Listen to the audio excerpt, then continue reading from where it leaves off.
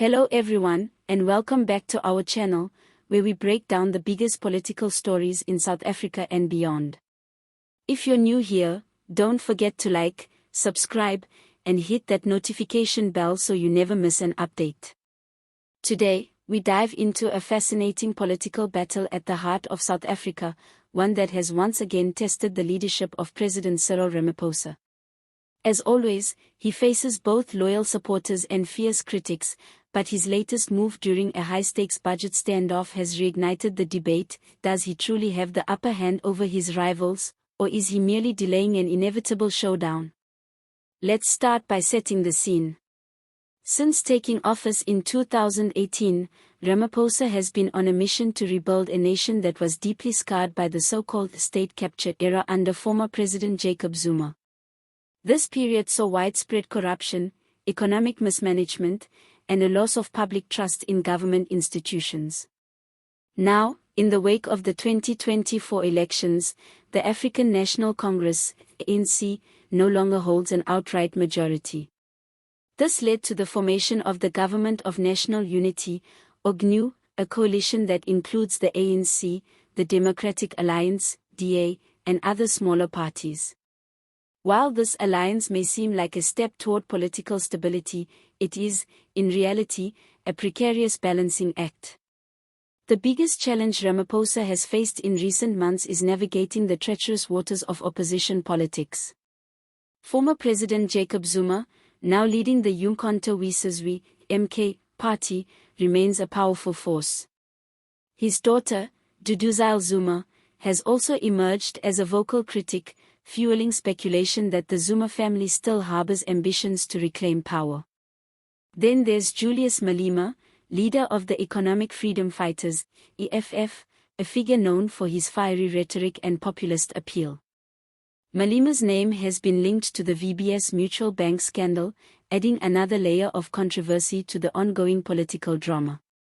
This brings us to the recent budget standoff, which many analysts, including political commentator Julius, have pointed to as yet another example of Ramaphosa's political cunning. The budget crisis had the potential to destabilize the GNU entirely. There were whispers that Zuma saw this as an opportunity to force the ANC into a coalition with his MK party, potentially pushing out the DA and reshaping the government in his favor. Meanwhile, Malema was reportedly eyeing a ministerial position, which could have significantly increased his influence within the state. Yet, despite these threats, Ramaphosa remained composed, methodically maneuvering through the crisis and emerging, at least for now, unscathed. His ability to navigate this political chess game has drawn both praise and criticism. Supporters argue that his calm and strategic approach has preserved the GNU, ensuring that South Africa avoids another period of political chaos. Critics, however, argue that stability alone is not enough. They demand stronger action against corruption and more decisive governance. Let's take a deeper look at why Ramaphosa's leadership is both admired and questioned. On one hand, keeping such a diverse coalition intact is no small feat. The GNU is a fragile alliance, and without careful leadership, it could easily collapse. Ramaphosa's ability to maintain order suggests a level of political skill that few South African leaders have demonstrated in recent history. Even some ANC members who were skeptical of him initially have acknowledged his steady hand during turbulent times. On the other hand, simply holding things together does not mean the country is moving forward. Many South Africans are frustrated with the slow pace of economic reform, persistent unemployment, and the government's inability to decisively root out corruption. Zuma's corruption trials are still making headlines, and Malema's alleged involvement in financial scandals continues to cast a shadow over his political career.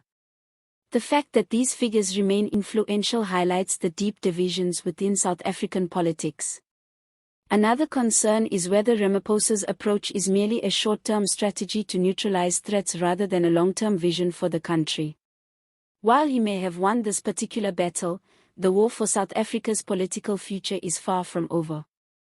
Zuma and Malema still command significant followings, and their supporters see them as champions of the people rather than as corrupt politicians. This means that even if Ramaphosa manages to outmaneuver them now, they could return stronger in the future, especially if public dissatisfaction with the government continues to grow. So, what does this all mean for South Africa?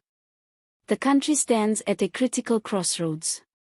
The GNU could either mark the beginning of a new era of cooperative governance or serve as a temporary ceasefire before the next major power struggle erupts. Ramaphosa's leadership will be judged on whether he can translate political stability into tangible progress, economic recovery, job creation, and the eradication of corruption. As South Africans, it's important to remain engaged in these discussions. What do you think? Is Ramaphosa the steady leader South Africa needs, or is he just postponing the inevitable? Will figures like Zuma and Malema continue to wield influence, or are their political days numbered? Let us know your thoughts in the comments below. Don't forget to like this video, subscribe to our channel for more political insights, and hit that notification bell so you never miss an update. Thanks for watching, and we'll see you next time.